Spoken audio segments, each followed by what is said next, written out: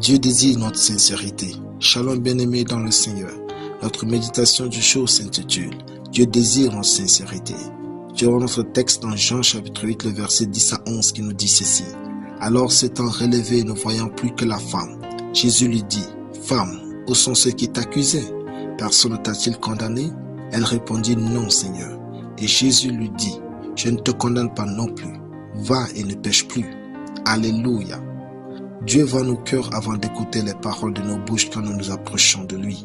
Si ce que nous disons à Dieu par notre bouche n'est pas ce que notre cœur professe, alors nous sommes en train de faire que du bruit.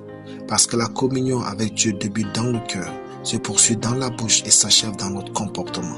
Ce n'est donc pas la durée dans la prière ou le jeûne qui fait une bonne communion avec Dieu, mais la sincérité de notre cœur quand nous venons à lui.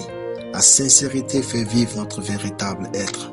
Dans le verset du jour, Jésus ne savait-il pas que la femme avait péché et dit « Va et ne pêche plus ». C'est-à-dire que Jésus savait bien qu'elle avait péché. Mais l'avait-il condamnée? Non. Voyez-vous le cœur de Dieu? Il ne nous juge jamais pour nous rejeter pour cause que nous ayons failli.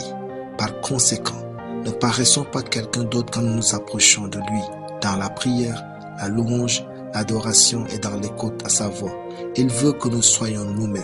Souvent dites-lui, « Seigneur, je n'ai pas envie de te prier, dis ce que vous ressentez. » Dites-lui, « Seigneur, si tu ne m'aides pas, je vais faire de la gaffe. » Dites-lui, « Seigneur, si tu ne m'aides pas, je vais encore faire ces péchés. » Dites-lui, « Seigneur, si tu ne m'aides pas, je ne vais pas m'en sortir. » Dites-lui, « Seigneur, aide-moi à ne pas répondre avec colère. » Dites-lui, « Seigneur, aide-moi, je veux tout faire pour te plaire. » Dites-lui, « Seigneur, je n'ai pas envie de gêner, mais je vais le faire. » Dites-lui, « Seigneur, aide-moi à résister aux tentations. » Dites-lui, « Seigneur, aide-moi à méditer ta parole. » Dites-lui, « Seigneur, je ne ressens pas ta présence, mais je sais que tu es là.